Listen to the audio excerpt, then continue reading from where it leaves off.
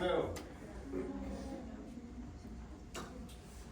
We have a presentation today, which we'll do for the end of class. Last class we talked about classical conditioning, right? We learned about Pavlov's dog. Right? So it's hopefully something you could remember kind of forever. That's sort of the classic example of how it was discovered that we have these conditioning sort of methods, right? These theories of learning, right? These are theories of learning. We learned how that worked, right? With unconditioned stimulus, neutral sort of stimulus, conditioned stimulus, and we have the response, right? Conditioned response, et cetera, et cetera. Now we're moving on to operant. So who's familiar with operant conditioning? What can you tell us?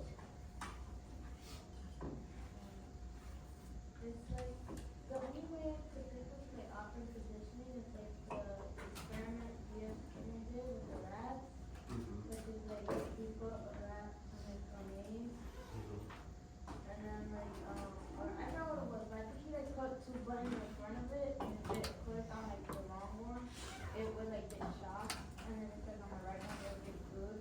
The like too fast which button would get food. Okay. That's the only way I can think of operant. All right, yeah, you're right. Scanner with a scanner box with some rats. Easy way for us to kind of understand what operant conditioning is. That according to Skinner, there is no free will. There is no. It's an illusion. We have a perception that we have it. Right? He believes that our behavior is random. Right? We have this natural random behavior until we come upon something that's stimulating. Right? Stimulating in a way that's either pleasant to us or unpleasant. If it's pleasant, we naturally repeat and continue to do that behavior. If it's unpleasant, we naturally stop doing the behavior, right? And he found that these ways, using this sort of framework, this model, is kind of how all organisms sort of react. They move towards pleasure stimulus and they will repeat the behavior according to that stimulus, and they will stop repeating the behavior if there is an unpleasant thing. So let me see if we can just kind of write up on the board so we can get this a little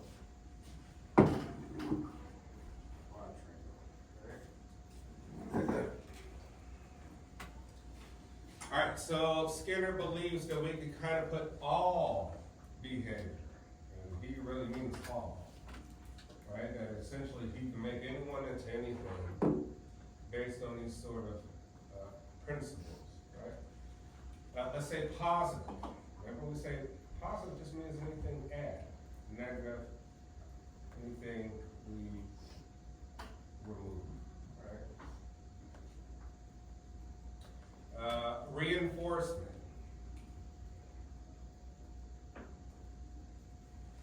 And then punishment.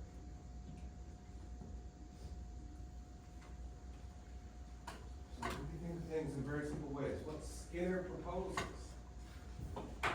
is that we all operate on reinforcement or punishment theories, right? They're sort of this phenomenon, in which case, if I were to give you something, it would be hopefully something that's pleasant, you would want to continue to do that behavior, right? That if you went on TikTok and you saw a really funny video, something cool, interesting, makeup, cars, funny, scary, something, that naturally, that was a pleasant feeling, a dopamine response.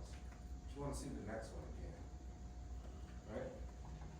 Maybe until you exhaust those dopamine reserves. And that if I want you to stop a behavior, I can either beat you, right? Which is adding something negative, something unpleasant. Or take away something that you really, really like. Right? You're free. Right? Hopefully so that you stop the behavior. Right? Essentially, he thinks that fundamentally this is society in itself. That the reason why you even show up to go to college is that you see some sort of positive reinforcement. But along the stages of going to college, what makes you feel pleasant is a good grade. So if you see an A, it boosts self-esteem, makes you feel wonderful, makes you feel smart, and you'll continue to show up to more classes. You'll continue to do more assignments. Now, if you were to get all Fs, right, and school threatening to keep you out, you probably start to feel unpleasant, and maybe it'll add more positive reinforcement for you to do better, right? Or you see it as some sort of punishment, and maybe the opposite, maybe you just leave, right? Like, this is unpleasant, let me just leave this environment or something, right? So if we can kind of think deeply about that, like all systems in society kind of operate this way, right? So if I tell my 5-year-old son, I'm like, hey, Christian, I want you to finish eating your vegetables, right? And he's dragging along, he doesn't want to. Hey, if you don't eat your vegetables, I'm gonna take away your tablet. I'm going to remove something that you like to alter your behavior, right? Hey, if you eat your food, guess what? You have ice cream. I'll add something pleasant to make them do something. To get a response. So this is the framework for Skinner's operant behavior, right? Skinner's not the one who kind of founded this. This guy, Edward Thorndike, came across it, but Skinner's the one that kind of revolutionized it in a scientific way. All right, so Skinner kind of deviates from Freud. Anyone remember a lot of things that I said about Freud, right? Freud's like, no, these are all internal mental processes, and let's go to therapy, and let's do this, and figure out what your issue is. Skinner's kind of opposite. He said it's highly irrelevant if you think about what people internalize. The only thing that we could go on is physical behavior. The only thing that scientists we can observe and say for certain is your actual behavior, right? Whereas Freud's like, no, we need to dig down and search the unconscious motives and blah, blah, blah, right? A little bit of different deviation. So these are the behaviorists. And so with this, we have the ABCs of behavior. So we have like fields of applied behavior analysis. So if someone's an addict of anything, it'd be pornography, it'd be drugs, it'd be alcohol, right? Someone's an addict of anything. We want to know, how did that person acquire that? How did you happen to stumble upon the pornography? The antecedent. How did it come into your world? What is the behavior when you watch it? And what's the consequence? What's the final result? If we know the A, the antecedent, the B behavior, the C, the consequence, we could do something about it. We may say, hopefully we could try to extinct it maybe by transferring the behavior. Once again, Skinner don't believe in free will. So he could say like, oh, I'm strong-minded, I'm a strong-willed person, I'm gonna solve it myself, and I'm just gonna stop. Skinner would call us an idiot. He say, we don't believe in all those internal mental processes, right? This dream-like state that you're in, right? You think you can conceive to do that, we only believe in studying the behavior and transferring one thing to another by positive reinforcement. And let's add something to make you do something else, or negative reinforcement, or punishment, right? So think in that mindset, because maybe I have you kind of discuss that with your groups on some examples. All right, here's our classic definition. Form of learning in which the future likelihood of performing the type of behavior is modified by consequences that follow performance of behavior. Another thing to consider, the strength of the behavior. You're like, I don't really have that much of an attachment to that. I have a slight compulsion, a slight addiction. It's not that bad, right? Then I'm like, okay, well, you have not that strong of an attachment to that behavior, not that strong of a fixation, not that big of a problem, to be honest, right? And you say, what can make a big of a problem? Well, it's not a big problem if it's predictable, right? If there's an expectancy of something gonna happen, you wouldn't have an erratic mind about your behavior. You wouldn't act erratically. Now, if you say, hey, you know what? I received these positive reinforcements, but it's random. I have no idea when it's gonna come, right? Therefore, my mind, my behavior is erratic and confused. I.e. the casino, i.e.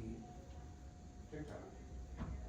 I don't know what the next video will be. I really enjoy my brain circuitry, that wiring with that dopamine, enjoyed that video. I have no clue what the next video will be. And if it's something that I don't like, I'll stick to the next one. I don't like that one. Stick to the next one. Ooh, I like that. Keep doing that and you just have the same effect as going into a casino becoming an addict. The same what happened with drugs, the same what happened with alcohol, the same what happened with anything according to this theory. Schedules of reinforcement matter. Is the schedule of the reinforcement random? No one can predict it, like the casino, but you lose all your money, or you can win big. Or is it predictable? Right? So if it's random, we say it's a strong sort of connection of that behavior. You become addicted. This kind of applies to all walks of life. Think of this, you meet someone romantically, right? You go on a date, first date, and they love life. First date, they bring you flowers, they bring you chocolate, bring you candy, take you to the greatest restaurant, view of downtown, $500 restaurant they pull up in the Lamborghini, whatever the case, right? And you're like, oh my gosh, this is all for me? Yeah, of course, it's about you. Of course. You know, it's you, you're so special, right? 8 billion human beings, you're special. We will believe that, right? We will expect that. Now, if that person doesn't continue that behavior on, we're like, wow, that's really odd. That behavior is not predictable, it's different. But we expected that, we got love on it. We might act crazy towards that person. But to everybody, oh my gosh, you met the greatest person of my entire life, my soulmate, and that person just cuts you off. Now you crave that person. They don't want to respond to you in text messages, they blow you off. They got control of it. Now they can do whatever they want. They can manipulate, deceive, control your mind, behavior, etc. Right?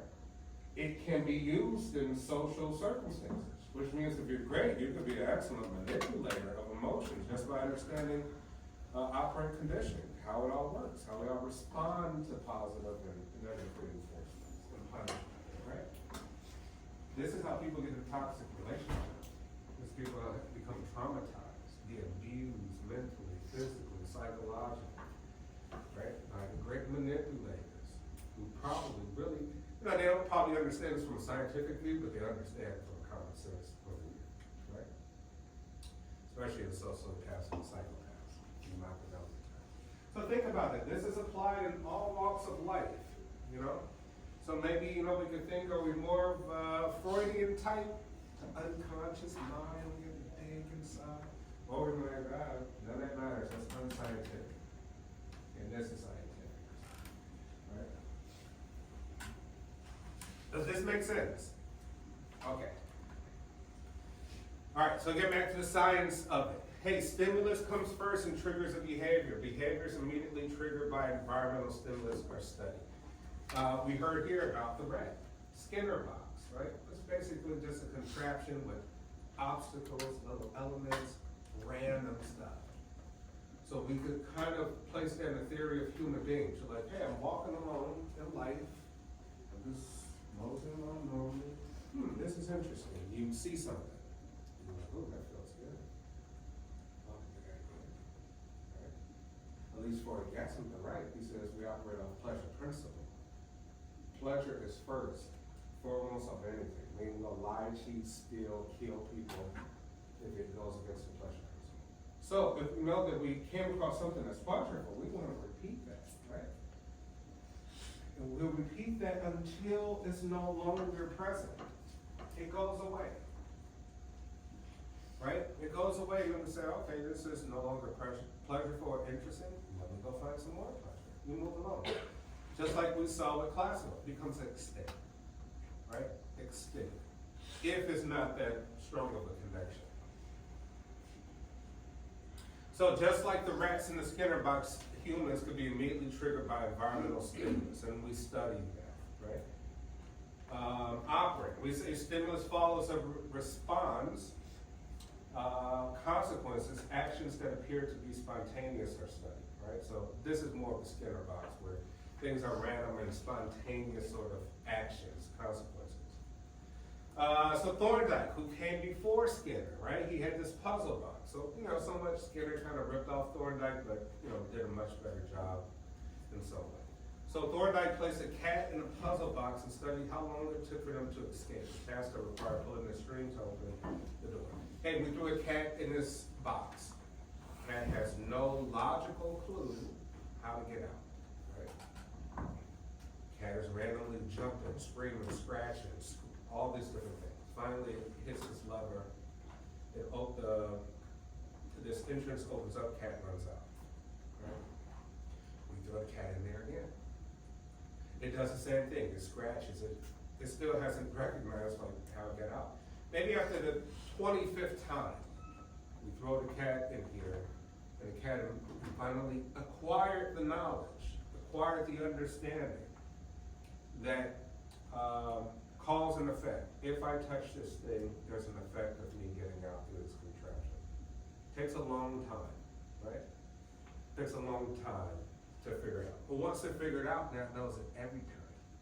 So after that point, the cat gets it right 100% of the time, right? So we could see that there's cause and effect they understood through this puzzle box. That it's acquired knowledge, acquired learning that sticks. And then you finally get it. It's the aha moment, as we call it. Aha. The cats at Thorndike placed in the puzzle box escaped more and quickly with practice. At first it took them a long time to escape, but gradually they learned to perform only these behaviors, freed them. So we're looking at the trials from 1 to 24 trials, the amount of time in seconds to get out. Hey, we threw them in there the first time, it took almost close to 3 minutes, right? Second and third time, almost close to about 2 minutes. After maybe the 17th time, immediate, right? But we say, hey, there still could be a little bit of lapse, right? It won't be 100% rate, but it's probably that 90% that the cat would get out each time we throw it out, under 4 seconds. Law of effect, the principle of learning which states that when an organism performs a behavior that leads to a satisfying outcome in a given situation, it will be more likely to perform that behavior when and again. Basically saying, if it's pleasurable, we will repeat, right? Law of effect, cause and effect. If we love the cause, if we love the effect, we will continually contribute to the cause. All right, here's a question. Can you think of an example related to taking a college class that demonstrates this law?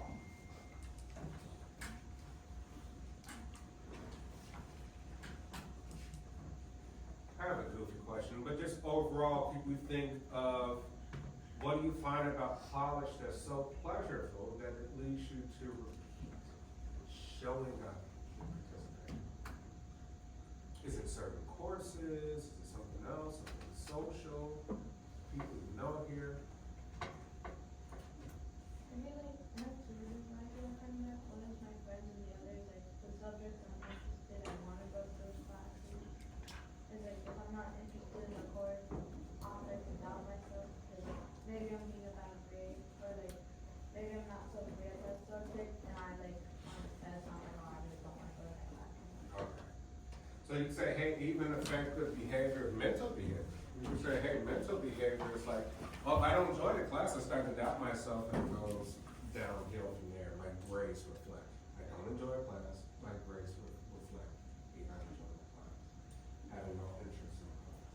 Right, and if we think about this, because this is the fundamental thing used in all schools, K through 12. Right? It's all about introducing positive reinforcement, negative reinforcement, and punishment. For all of us who went K through 12, right? And so all sort of the College of Education emphasizes heavily on Thorndike and particularly Skinner, right? So everything in education is principally built off of this sort of model. All right, Skinner, right? 20th century psychologist, theorized behavior shaped by consequences. Hey, anyone disagree with this theory? Anyone disagree with Skinner? That we only behave because of positive outcomes, predominantly. Anyone disagree with Skinner? That the behavior follows the pleasantry or the punishment. Behavior follows either being punished or being pleasured and so on through reinforcement. Okay, so we got a bunch of behavioral psychologists here, right? People who believe in the behaviorist theory. Advanced behaviorism and principles of operant conditioning explain how types of response consequences, reinforcements, and punishment shape behavior. Alright, so we say effects on behavior. Present stimulus, right? We're looking at increased frequency of behavior, decrease. Right, so here we say we want to increase behavior. Increase a particular behavior, the frequency of it. Or we want to decrease the frequency of behavior. Right, so we say present stimulus, we can add a positive reinforcement or remove stimulus, a negative. We either add or we either subtract. We give you something good, take something, remove something. Now with the negative aspect, when we say, it usually derives when there's something that is negative stimulus, right? It's something that's annoying to you, something that is unpleasant, which means that you have to do something to remove the unpleasantry. For example, if you get in your car, right? The designers have said, hey, we really would like if you wear a seatbelt because the law says you should. A lot of people are dying. We don't want to be on the hook all the time for all these auto accident deaths. What can we do to make you act with the seatbelt mechanism? What happens? What have they introduced in the car to make you put on the seatbelt? The annoying beep, right? And you say the annoying beep is annoying. It is a nuisance. It is a sort of a negative stimulus and so on. You're like, it's not good for us. It's negative. So in order for me to get rid of that, we have to do something. Put on the seatbelt. You have to do something to remove the unpleasant, right? Same could be said for a headache. Hey, I randomly got a bad migraine. Well, you either sit with the migraine or you do something about it. What do you do?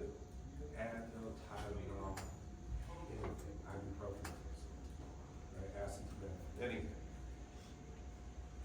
Which means that if there's something negative, you have to act. So we can introduce something negative and make you to act, right? Which the car manufacturers do. They introduce an annoying beep so that you would change your behavior and actually put the car, because probably if we can hear the annoying beep, most of us probably drive without a seatbelt. Because it might be more comfortable, right? So something has to be done. And then we say with, so yes, present stimulus, positive reinforcement and negative reinforcement to decrease the behavior or increase. What is a reinforcer? Any stimulus that occurs after a response and raises the future probability of that response, right? That stimulus can be anything. Any and everything that literally raises the future probability of that response, right? Sort of the casino thing, the dopamine effect of winning, feeling like you're unique, you're gonna hit it big, might be $1 million the next time you pull that slot, right? Play the lotto, oh my gosh, I might win the Mega Millions or the Powerball. Might be me. Pay the $2, right? 30 years later, you never won one time. Right? You're still gonna do the behavior because, like, there's a potential. It literally raises the future probability to make you to give us an extra $2 for the lottery. Positive reinforcement, the stimulus whose occurrence following the behavior raises the future likelihood of that behavior. right? Adding something to raise the future likelihood. Negative. Remember we said removing, stimulus was removal, right? Such as with the seatbelt example.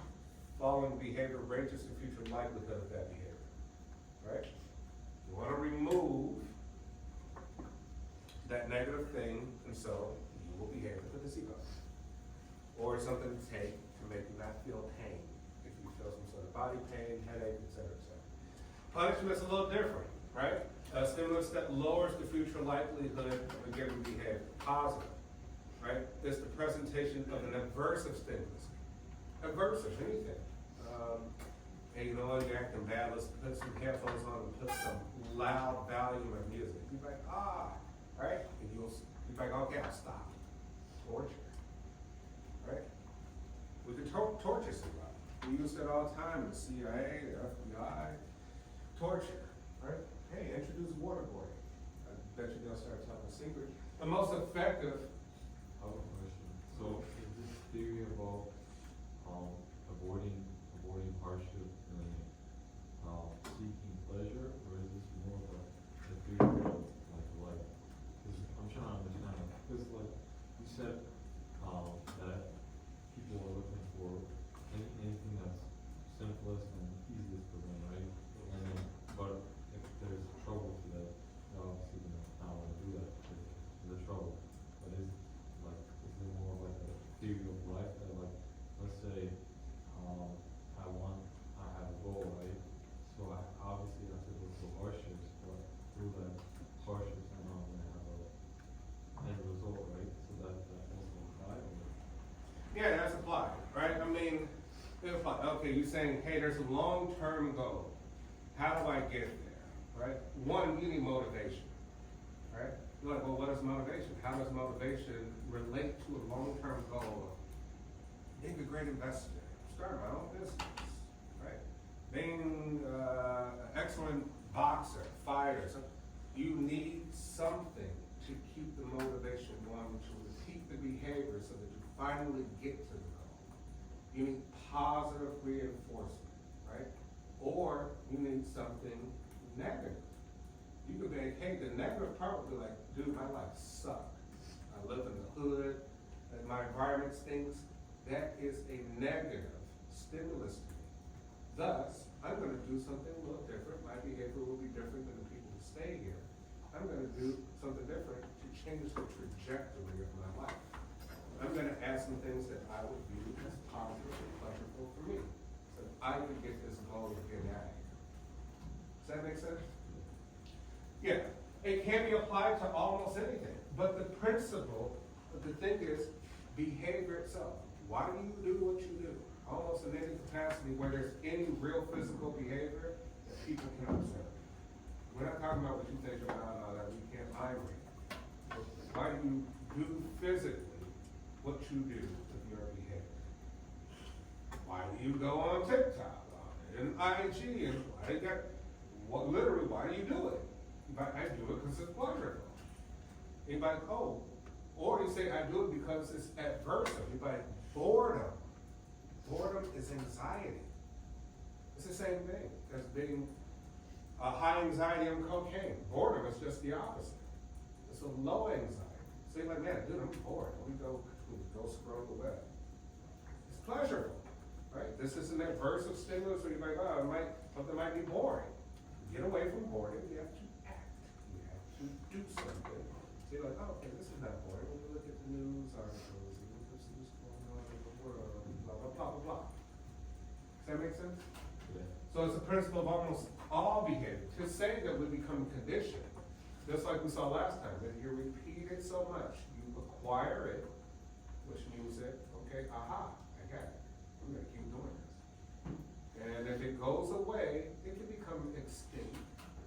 But Skinner kind of thinks like, it doesn't usually become extinct, it just gets transferred. It's like energy, it's never lost. You just start doing something else. There's a new stimulus that you pay attention to, right? So like, people be like, I started on Facebook, boring. I went to IG, okay, kind of cool. All right, I don't do IG no more. I do Snapchat after IG, because it's more exciting, it's more cool. Because it's shorter stuff, I don't want to watch all these long videos.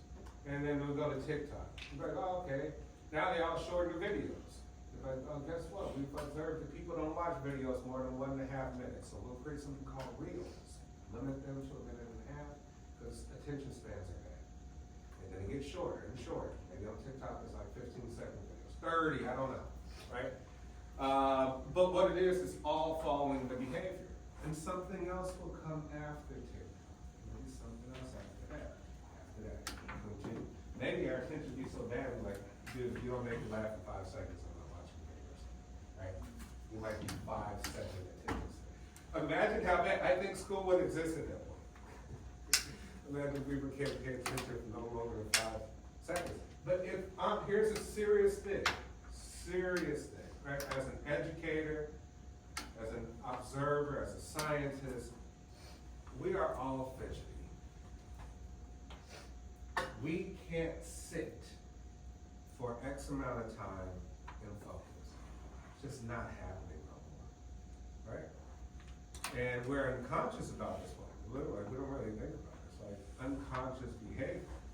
So I don't know where things are going, right? You say, hey, there's so many children now with ADHD. Like, that wasn't really the case in the past. Maybe we didn't study it enough, who knows? Right? We'll say, hey, ADHD, things like that. We cannot sit still, right? People can lose their minds. They might go crazy. Right? They have to sit still and just be stoic. Right? Just relax. Not gonna happen.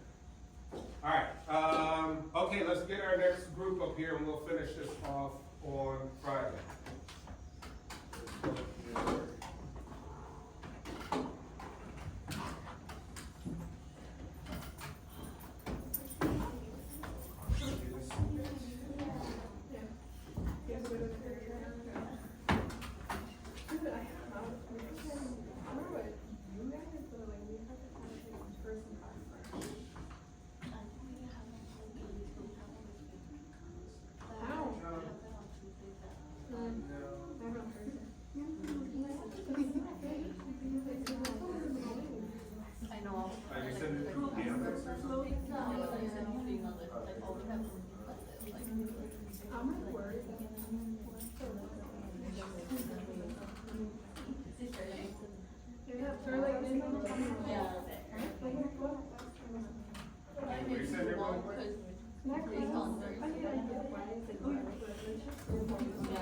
I'll just look on Canvas too, because sometimes Canvas has the email portion there.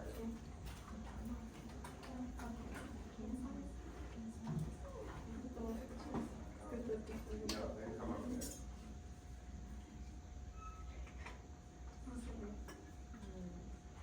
Let me know when you say it. So do you understand the operant condition? Does that make sense? Clear? Okay. Wish we had more time, we could.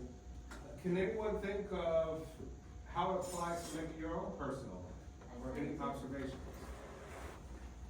Well, besides here, anyone else can think of how it applies to just other facets of your life or any observations? Right? Think of a job. Right? Hey, the day they stopped paying me, the day I stopped showing up. Positive reinforcement is what? Money. What do they do? They trade time, work, and energy for money. Very simple. Schedule the reinforcement. You might say, oh, dude, I don't want a job where they pay for 2 weeks. I want every week. I'm going to go work at Portillo's. I think they have an option where you can cash out every day after your shift.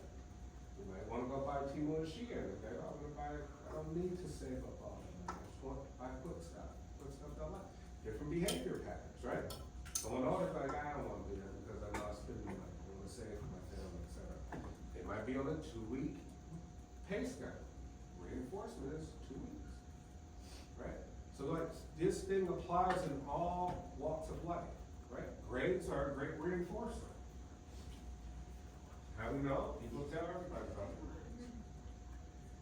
We're so proud of our GPAs. Funny thing enough, like once you get to grad school, to like a lot of grad programs, 3.5 or more, you get kicked out. I mean 3.5 or less, you get kicked out. So it's kind of like no matter, like grades become irrelevant.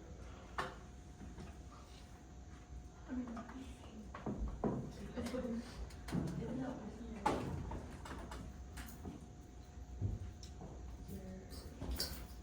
there's a clicker if you need it. Well, it's like in the same I don't think they were paid in the because mine hasn't changed. Okay, so my name is Alexa. My name is Delilah. And our psychology project is going to be on teen pregnancy. So a little context on this is that we wanted to do like mental health like effects, but we thought that mental health was just too broad. So we decided to choose like something that affects somebody's lifestyle in a big way to kind of study those mental effects. So we decided to choose teen pregnancy. What is teen pregnancy? Teen pregnancy is when a female the age of 19 and under becomes pregnant because of sex. You don't know this?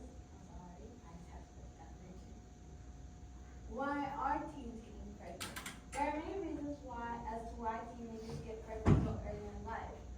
For instance, they might not have been educated on safe sex, they could have gotten sexually assaulted, or they weren't taking or were not on birth control. There's many factors playing into why teenagers are getting pregnant, and these are just a few instances on why they're having babies so early in life. So how does pregnancy affect teen mothers? So teen pregnancy can be a lot for a young mother to take in. For instance, they have to grasp the realization that they will no longer have the freedom that they're used to, and now they're gonna have to take care of a kid for like 18 years. And Ms. Carey and Dr. Shulman describe, according to the World Health Organization, complications during pregnancy or childbirth are the leading cause of death globally for girls ages 15 to 19. They also stated many pregnant teens drop out of school and some never complete their education. That means a lot of young mothers who get pregnant live in poverty. So kind of what the statistics are showing is that when you get pregnant from the age 15 to 19, sometimes you may not finish even high school, or you might not be able to finish college, so you drop out, or you drop out of high school, so you don't get that higher education that you would have wanted, and instead you might live in poverty, and that just really sucks. So how does teen pregnancy affect teen fathers? Teen fathers are not focused enough when we talk about teen pregnancy because, I don't know, the dads aren't really there. JK, I'm sorry guys. As in the state of Illinois, the age of consent is 17 years old. Why is this important? Well, you guys need to know age of consent, but also, Ms. Carey and Dr. Shulman rightly point out, arrest or legal action against teens who are sexually active can have devastating effects. A young man may be required to register as a sex offender if he reaches the legal age of 18 and his partner has not. Guys, please be careful. So now to get more into the mental health effects, some of them are postpartum depression, shock, fatigue, and depression itself. So what postpartum depression is that you can only get this type of depression once you have given birth. So this affects women. It is interesting to see that teen mothers who are from 15 and 19 years old get postpartum depression twice as high, twice as worse, you can say, than people aged 25 and older. Also just initial shock. A lot of these pregnancies, as you can see, about 77% are unplanned. So it causes shock and anxiety, especially understanding that either your family is going to find out, how you're going to talk to your mom, or just socially, friends. Also fatigue. Fatigue is something that's common during pregnancy, but I would like to think about it more as in like how young these mothers are. Fatigue is something that shows like that their body is taking like a big toll. Also depression. So depression is different from postpartum depression because with depression you're clinically diagnosed with it. So. Some further effects. There's higher health risks when it comes to giving labor. So the labor for young mothers can have a lot of complications, not only for complications for themselves, but also with the baby. So then the baby could be born underweight, or there could just be baby death also involved. There's also adolescent pregnancy can also affect future generations. So if a teen mom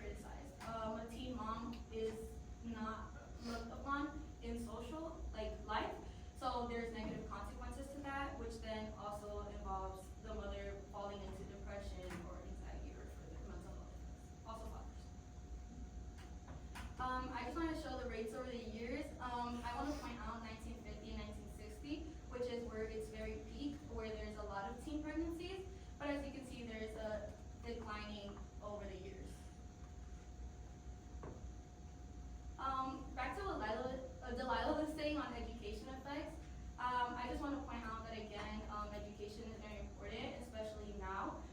We can see that if you don't have a higher type of education, it is a little harder to get good paying jobs. So these teens that are getting pregnant around like 15, 16, 17 even, it'd be harder for them to find jobs. And so then that goes into economic crisis, which then causes a lot of problem, not only in the family version, but also as an individual. And I just wanted to show like there's resources, and this specific website, which I'm not sure what it's called, I forgot, but it kind of not only gives ways for teen parents to cope, but also give resources on who they can reach out or where they can go, and also how to prevent pregnancy at such a young age. So one of the first discussion questions is, what do you guys feel is the reason for some teen pregnancies that occur? Do you think it's more of a society influence or more of their intimate setting, which is maybe family? And then the second discussion question is, what are some ways for preventing teen pregnancy at the individual family or more of a society?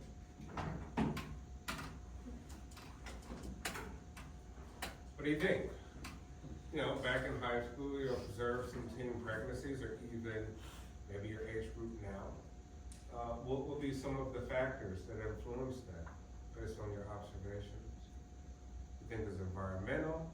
You think it's cultural things? Is it education? What do you think? Yes.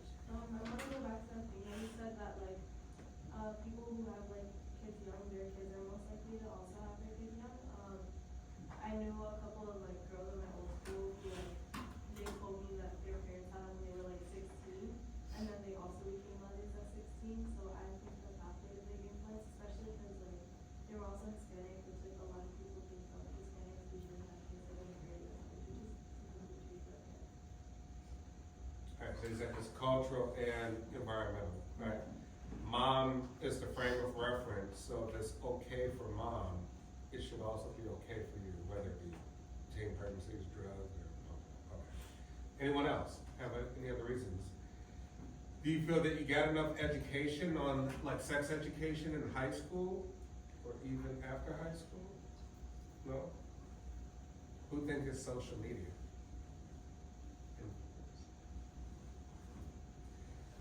Yeah, it could be sort of maybe all these factors. All right, excellent presentation. Thank you very much. All right, class. Yeah, that'll be it for today. We'll pick up operant conditioning on Friday.